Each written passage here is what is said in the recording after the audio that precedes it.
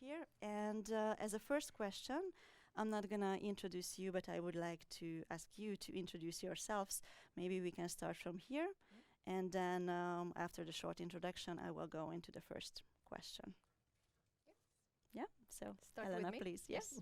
So I'm Helena Schiller. I have a PhD in public health, background within organizational psychology, and I work at HejEngagemang with lectures, workshops, but mainly leadership development and organizational development. Thank you.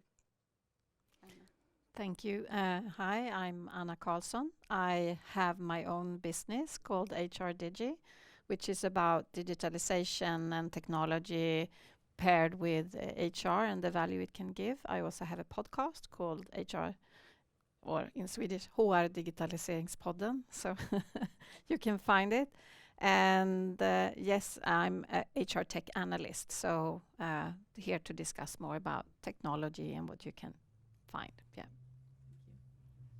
Hi everyone, I'm Helinä Keskiniva. I've been working with different sales operations and leadership positions throughout my career. Currently at Klarna, I lead a multi-competence team globally that's building on sales tools for our 70 plus sales teams. So really the idea is to automate, streamline and standardize all our ways of working to bring that sort of efficiency and effectiveness within our commercial organization. Thank you so much. And I would like to start with you, Helena. So since you work in a pretty fast-paced company, I can say that, right? What do you see? Are there any changes? And if yes, what are the changes in the past 2 years compared to 2023 in recruitment or processes and people retainment? Yeah, well, it's been a couple of very tumultuous years in the fintech industry. So like starting with COVID and hypergrowth going to 2022 and like just the massive layoffs like within the industry of whole tech. And then the sort of uncertainty, reorganization and hiring freezes that has been continuing since then to like 2023. So that has definitely marked like did a change on like how we recruit. So now the focus is a lot more internal recruitment. We're focusing on roles that are more sort of focused on supporting automated functions within the organization, and then just like the work from home, I guess, like that, like COVID really changed the way that we think about it. Like before, as a hiring manager, I would only look at roles within Stockholm, whereas now the whole like I'd rather look at it in time zones. So maybe I think of like Europe. I want to have someone working in Europe, but it doesn't really matter the location. So at Klarna, we're really moving into a sort of having someone work in a country where they are located, but like it's apart from that, it doesn't really limit it. So I think that brought an element also to words like retention, because people can kind of choose where they want to live and work from, especially for people with families and kids, like very helpful to bring that freedom to them. I think those are the main sort of changes that we're seeing within our organization right now. All right. I have another question for you, but before that, I would ask Helena and Anna, do you have anything to add to this question? So do you see any major changes, maybe in technology or in learning and development that happened in 2023, or there's a need at companies in 2023? I think that more companies started to think about that they need to do something different. Still during COVID, yes, there were many changes, but with the going down in resources, the market going down, you need to start thinking in new ways. So the interest for using technology, which is my field, has increased. So it's not that I see that organizations are prepared, like you are more a technology company, you are more prepared, but others are more feeling that the need for doing something, but a bit frustration, I would say. Thank you. And if I take the well-being take on this, I would say that tighter resources will automatically lead to higher pace. And I think that organizations are more aware today that it's really important that we have sustainable well-being and sustainability in the among the employees. Yeah, really important. Mm. Yeah. So my second question would be, what do you do, in your case, Helinä, or companies that you work with, and then Helena, to deliver work with tight resources? What would be the best tools? And we can start with you again. It was interesting. We started to really, when we started to realize that the resources are tight, that you cannot just do like hire people to fit like a problem, but rather, so we started to look into firstly like what are the actual day-to-day processes that we currently like people do. So we started as an organization like do interviews and surveys and like to understand like what's actually happening within our sales organization, and understood that people use like 50% of their time on admin. So like that was the first time like, hey, we identified there's a massive problem that we can like take that repetitive meaningless job and start reducing it. And then another way of how we started to think of like how do we actually reduce it is like the whole organization started doing these gemba walks. I don't know if you know what is a gemba. So it's like these Japanese like way of thinking of like going step by step, like how does a process go from like first this, it's actually from like car factories originally, so it's super interesting, and then you identify different opportunities to optimize the process throughout that gemba walk. So that was super insightful. So the whole organization, we started to do that along all kinds of different processes at Klarna, and through that we started to understand, okay, well, these are parts that could be removed, these are what could be automated, and this is something that is like not bringing any value, and it's like not also giving a lot of meaningful job for the person doing it. So that was kind of how we started to approach it, like these are the things we need to start automating. And then it's also like the sort of prioritization, like we're doing hyper growth, we were launching a lot of different products, right? And understanding there wasn't necessarily a big strategy because it wasn't needed. It was, we had the resources and there was a lot of specialized people to sell like a certain product. But when you're with tighter resources, you couldn't do that anymore. So people said to become a bit more like generalists. And so the meaning was more like we need to bring like education material and trainings to people, like reskilling people to be able to sell these like all kinds of different products, not just that one that they were originally hired for. So that was that element of like we started to build a lot of education material and training material and organize those to really bring people up to date on those processes. And then of course the ChatGPT and AI technology, like I think there's a big buzz around that in the whole Klarna, and just getting people like creative on the different use cases that they can think of, like can we automate our sales like outreaches, can we do like actual coding help support with that. So that's been also a big differentiator on how we start to approach different problems, like always go like try ChatGPT first. So yeah, prioritization, standardization, and automation in throughout this change. But I want to mention that, I mean, if you look at how many companies use AI in their business today, they're quite few. So you are really in the forefront. Because when I saw a number of only 12% of companies really utilize the technology to do things smarter, better.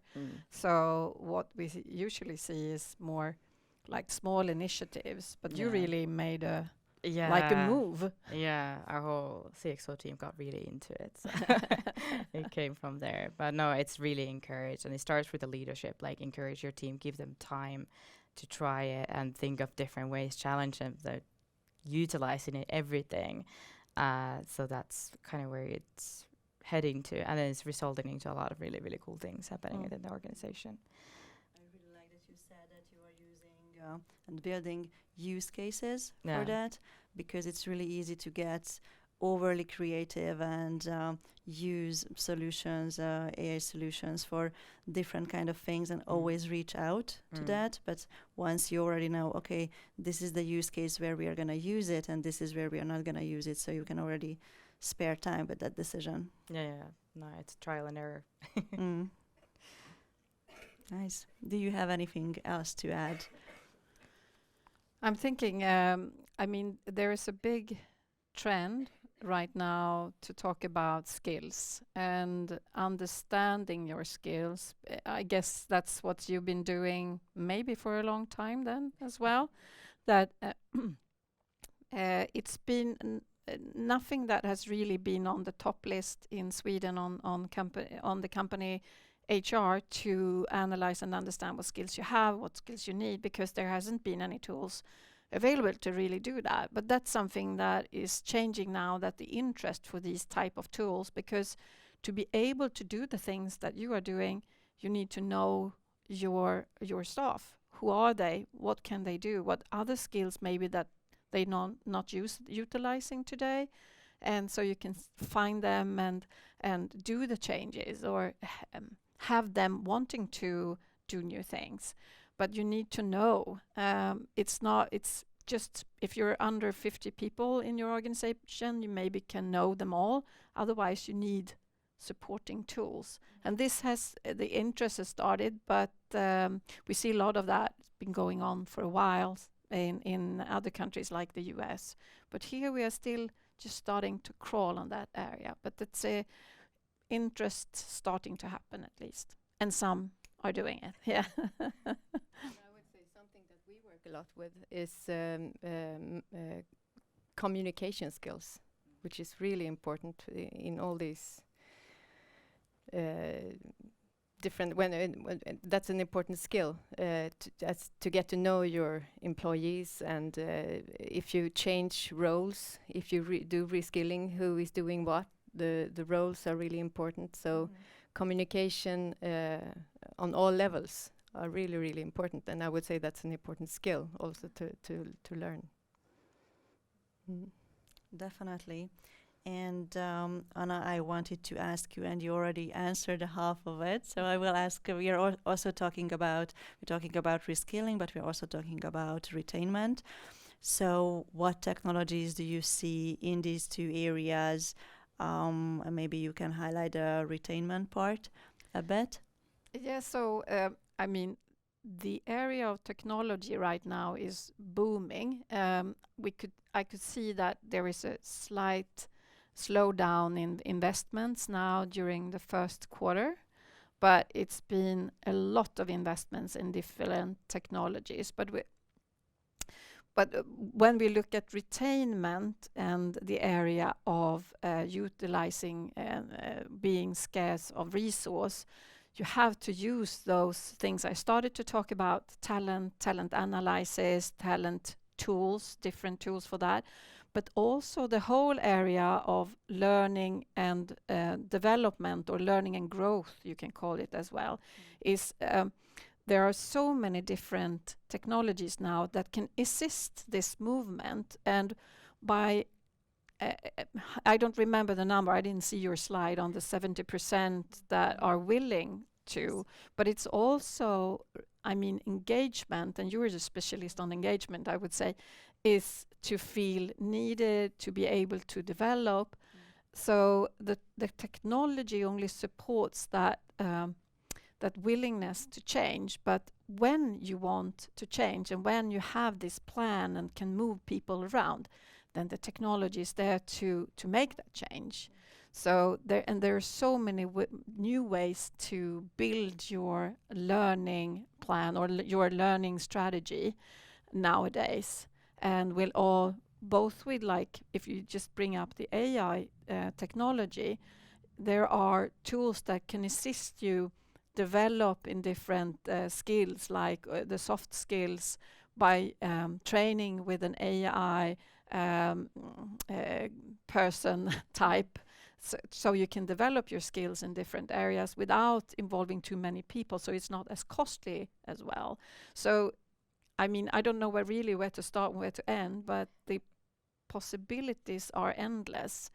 But you have to go back to your own organization, your own culture, your own strategy, and match that, and make sure that if you are a technology organization, you can utilize a lot.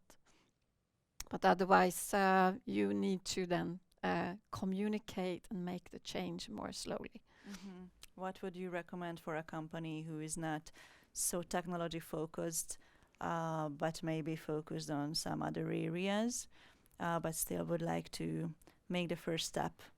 Oh, that's hard to say because it's people think that you can say this is the way forward, but it's so much has to do with, as we people are unique and different in what we need, so are organizations.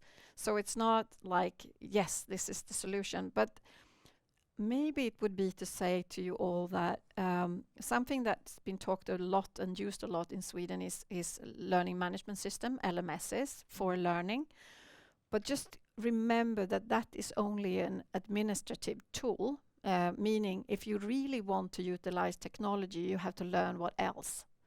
So step outside and think that the LMS is your tool for learning, and then start exploring. So Focusing on people more. yes. Yeah. All right. Helena, what do you see in Klarna? You have a lot of supporting technologies. Are there anything new beside the AI tools that you use for retainment reskilling? I would say that we have started to get a lot better at that. Like before, we would have not very advanced technology for performance management, for example, whereas now we're actually focused on tool to track that performance management as well. But yeah, the AI is a big one. But then we are just also like in-house building different tools that also support our sort of organization, like to automate and streamline different processes. So it's like being quite flexible, actually like going through the process, like what tools do we need to have as an organization to be effective and efficient, and then rather than change our ways of working to like according to how the tool works, to build the tools according to how we want our ways of working to be. So I think that's kind of where we're starting, and there's a lot of development on that right now, but yeah. I have one thing I forgot. No. Is it okay? I just want to say to everyone that there's also usually, if you want to be or you need to be tight on resources, you have to think also that resources are people, money, technology, and I mean everything. So where you put your energy and the resources, but you also have a lot of resources already there, probably with technology that you already purchased. I think one of the areas that are very underused is if most organizations are Microsoft clients with the Microsoft tools, there's a lot of value to be gained from there to utilize those things that you already have, or your HR tools that you already have. Make sure that you really understand where they are now if you already have stuff, for example, for talent exploration, talent and skills exploration. Use that. So you don't have to build everything by yourself. No. It's of course like existing tools as well. Like there's so many things you can build on Slack, for example. Yeah.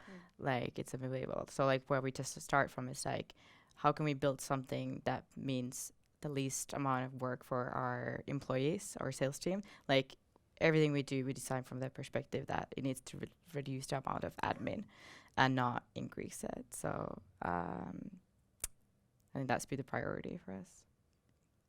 Yeah, it's a really good point. And most of the companies are using like the Office tool. They already have possibility to do task management, reporting, better communication. And there's the same case with the Google Suite, and I'm sure with many other communicational technologies. Yeah. What do you feel, Helena, about that in well-being and learning? Yeah, I would say that when it comes to like communication, there is a lot of resources that we have that we don't utilize fully, I would say. So and also when it comes to well-being, now when people also work from home, when it comes to management, we need new skills. How do we manage people when they are not at the office? How do we create relationships? How do we communicate and so on? So that it's a new need actually that we didn't see before the COVID, the pandemic.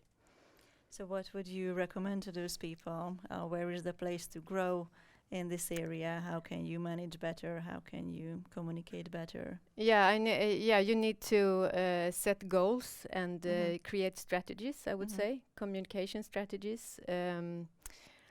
If it's a really large company, use technology to make to see how people actually are doing, how they feel, Mhm. questionnaires, Yeah. and investigations. Mhm. So you keep it up and running all the time. So you Mhm. have a continuous communication, and that you also meet in real life if Mhm. it's possible. If you don't work in different areas, but True. physical meetings are still really important for communication and well-being, and Mhm. also development to create relationships and to Mhm. create trust and everything. Yeah. So I think it's important also to meet physically, and don't forget that. Yeah. Mm. I think there's always a weird barrier. I used to work with a group in India, and my manager was actually from India. And we always talked to teams, and he never shared his camera, only a picture in sunglasses. So I never seen his eyes. Yeah. And then one time I traveled to them and to the group, and it was a totally different experience. And from that day that we were able to meet in person, shake hands, chat a bit, I think it changed the conversation on Yeah, how it we does. relate to each other. And also to create engagement, you need to create a dialogue. You need to create a environment where you can give feedback, for example, because I would say that engagement is a resource, energy resource, and with engagement you will also get a more effective organization, and employees will feel better and perform better. So so we don't lose that part of the management skills. The feedback and communication is really important. So how do you see it, Anna, when it comes to goal setting and communicating those goals within the manager, among the manager and the team? How technology can support that? Are there any good tools for that? Oh yes, same there. That there's been a lot of development in how and what kind of tools that are available. It's a lot more focus on, for example, teams instead of management from the top to the bottom, and it's a way. I mean, there are ways to use technology to support dialogues and build engagement. But in the end, it's to make sure that we communicate and share and build our communications ourselves. But there is possibility to use technology to do that. I've had a client that I worked with who are, I mean, they're not the more those you think communicate digitally, but they work out independently in different buildings, like janitors, and they need to communicate and build their engagement together, and they can do that. They're using Slack to do that because, but it's more has to do with how your leadership, how your organization and culture is built, and then they can support it with digital tools to really make it happen. So it's a possibility for any type of organization. It's more has to do leadership and culture to make this happen. I see. So when it comes to performing well and performing goals, there's always a tight line what managers can see, what employees can show, right? I can be a loud person and tell it to everyone, yes, I perform my goals and I'm a really good employee and I'm delivering very well. But I can also be a quite introverted person working from home, maybe having a family, so it's more important for me and I'm not focusing so much on communicating my deliverables. So what do you see? How can technology support that? So a manager sees when it comes to reskilling or moving people in different roles, like, okay, I have a really good person here. I want to see them. I want to find them. Are there any solutions for that? Yeah, so there are two sides of it. The first one is the different technologies now with the skills, and that you yourself, who are more an introvert, can tell what you would like to where you want to go, what your interests are, what your skills are, so you can get AI to assist with putting together career plans and how you could move forward. So you make, without having to say the words, I'm interested in moving ahead, you can do it digitally because it's usually easier if you're an introvert. But at the same time, I see this as the importance of the leadership. So the leadership skills are key. And I listened to a presentation today, and I was thinking, why don't you bring up the ability to use technology to support all the managers to develop on their specific needs, because they are the ones who need to see every individual in the team. And they can use different ways of reaching those. It could be calling them, it could be chatting, it could be something else, and we are all different what we need, but the ability to support the manager to develop to a good manager who sees them all, that's also possible. But we don't see those tools so much out in the companies yet, even if they're there. You can use technology to ask your team, what are my strengths, where are my weaknesses, what do you think I should work on, and they can give your feedback on that, and then you can get nudges to do that change. Really so I think leadership is very important. Yeah. Helena, do you have any experience with that? No, I definitely agree that a leadership plays a crucial role there. Like, you are there to see that and communicate with the other leaders if you find hey, this person is really great and looking for other opportunities.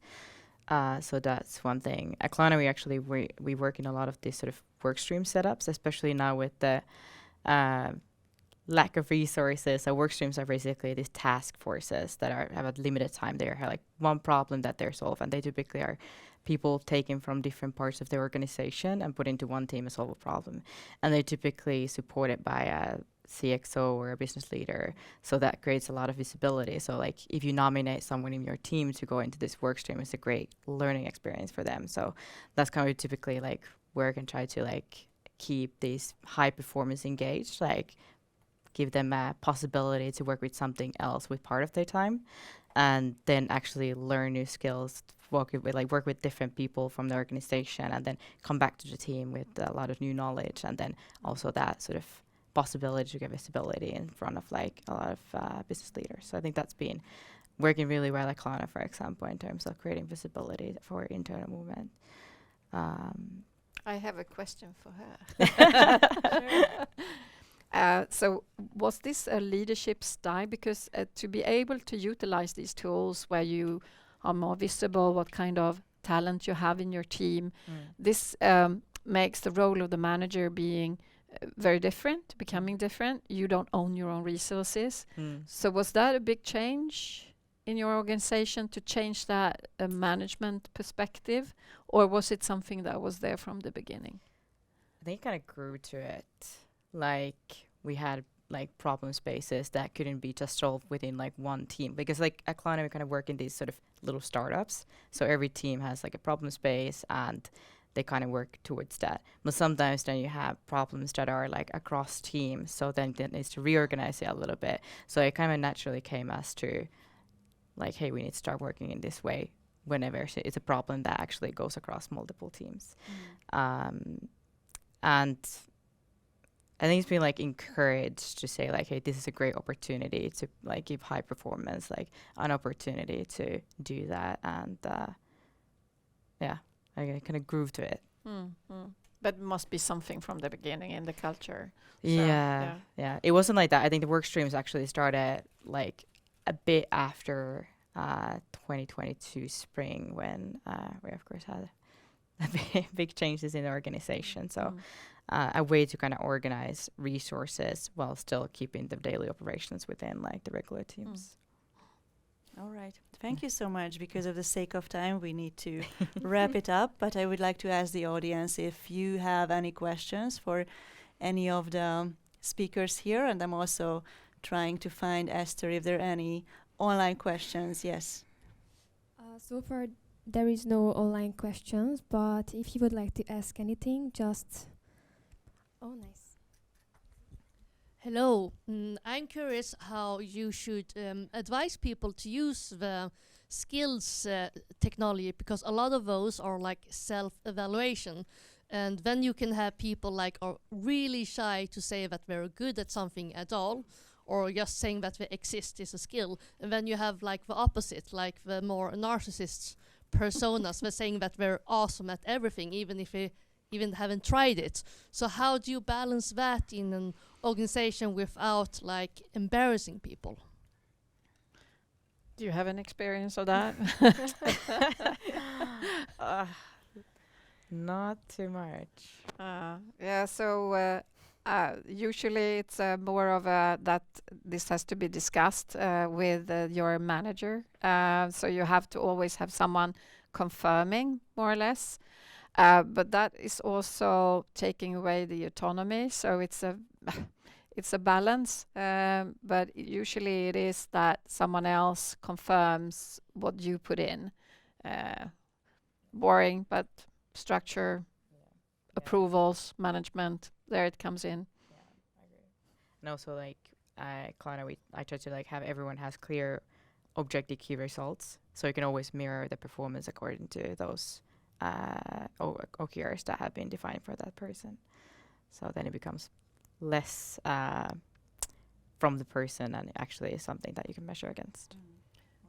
But with some of the new tools, it's also the AI that looks at what you do. But I haven't seen that implemented in Sweden, I would say, yet. But it also kind of picks up what you're good at and adds that as suggestions for those who are not as outspoken as others. So maybe that's also something, but we haven't seen exactly how that will work. But the traditional way is more a management style approval. Yeah. Create trust and a good communication, relationships. Relationships, yes. Yeah. Thank you. We have time for one more. Yes. Hi, Mario here. Thanks for your presentation. It was very insightful. Quick question. So one of the graphs that you show says that 70% of the people have the willingness to reskill, right? But I mean, if you ask people, do you have the willingness to be healthy? 95% will tell you, yes, I have the willingness, right? One thing is willingness. Another thing is commitment. Another thing is discipline, right? And I've sensed that there's some kind of cognitive dissonance between, people's reporting willingness and the real commitment. And why I say this, because when you look at LMS tools, right? I used to be in an organization that had LinkedIn Learning. Nobody used it, right? Like nobody, meaning 2 or 3% of engagement with the tool. So having a tool set, and as you said properly, is just one thing. But if it's not alignment with goals, incentives, then there's going to be utilization and ultimately not reskilling happening. So the question is, first of all, what's the engagement of these tools? Second of all, what kind of organization HR leaders do? So those two for now. That's actually what we're working with, getting people engaged and making changes happen. Because it's very easy I think everybody understands the importance of well-being, the importance of sustainable results and so on. But the difficulty is to make it happen, to make changes, sustainable changes. So that's a leadership development and what the best thing is to work with an organization during 1 year. And to follow, and then we also have the technological development, giving us the opportunities to work on nudging. I heard you mention, because then we can work with the organization, but we don't have to be there all the time. In between our meetings, we can use like digital platforms and AI and whatever to work with the nudging and to follow up all the time. How did it work? What can we change? Why didn't it work? Should we do in another way? And to continuously, the easiest part for us is to tell people what to do, why you should do it and how you should do it, but still it's not sure that they will do it. So I think it's you need to work a lot with nudging and follow up, and then we have these digital tools that we also did that helps a lot. And I can also mention that ICA has been publicly speaking about their projects of reskilling, and they see that the engagement is really high for the changes. When what they needed was technology, people in tech within ICA, because they have a hard time hiring. So they found people with the right skills that could be really reskilled to different roles within the IT department. And that worked really well, even got better engagement from those. So it all depends on where you come from and how you create the willingness. Is it something you are mandated to do, or is something you want to do? Of course, there is a difference. So it's culture and then engagement and keeping someone on track with the nudging and all of that as well. Yeah. Great. Thank you so much for being here and for answering the questions. And I would like to encourage everyone to talk to Helinä, Anna, and unfortunately you have to leave, right? Or yeah. So maybe an email during the Mingle time on the network. So thank you so much. And